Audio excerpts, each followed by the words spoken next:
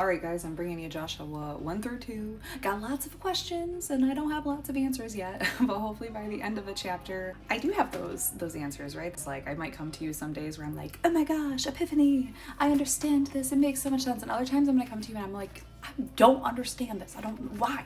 We have read Joshua 1 and 2, and there's some really cool parts of what I've read so far, and then there's also just like this huge question, which I'll just like lay out for you. Why do we have to go to war? Like, why do they have to go to war? Why do we still have to go to war? Why?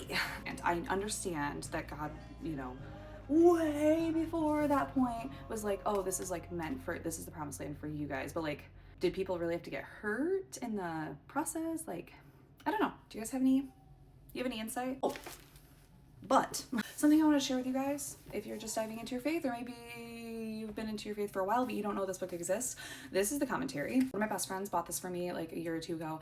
I am someone who has struggled with reading the Bible. I struggle with like a little bit of ADHD, and there's just I'll read sections and I don't understand. So she bought this for me, and this has been a game changer. But here's the mistake I made that I want to share with you. Don't switch the Bible out for this. Don't just read this, because I was doing that for a little while.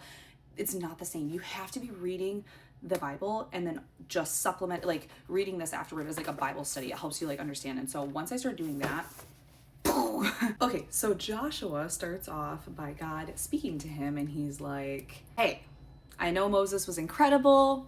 We all love Moses. I love Moses, but you are now going to take on the leadership role, and don't be afraid. Be courageous. I got you. I'm going to walk alongside you in this journey. And basically, don't get caught up in the past. Like, we're walking forward, and this can be applied today. Like in the commentary, it says, you can't live with your eyes on the rear view mirror of your life. You've got to face forward. So that kind of makes me think that maybe Joshua is kind of like, Lord, I don't know about this.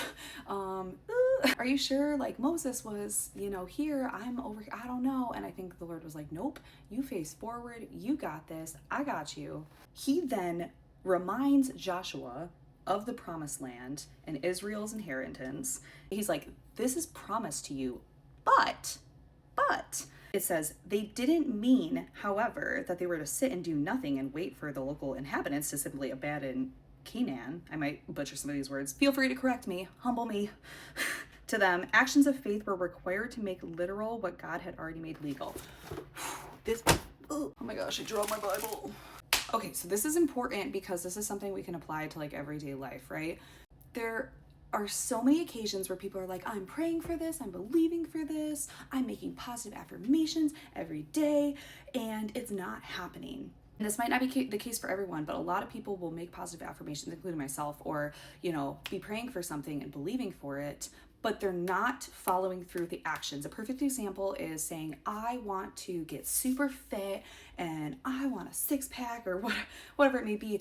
And you're like, Lord, I'm putting out the faith that you're going to get me fit. You're going to give me a six-pack, but you're not going to the gym and you're not eating very healthy food, right? Your actions are not matching your faith or what you're believing in. And so if you're going to believe in that, you also have to have the actions that like back it up. And I might not be saying this exactly in the best way, but hopefully you're picking up what I'm laying down.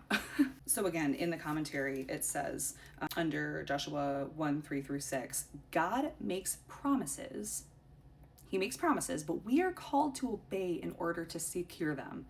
So he makes promises to us, but we have to like hold up our end, right? We have to obey them in order to get what is meant for us. He wants good things for us, right?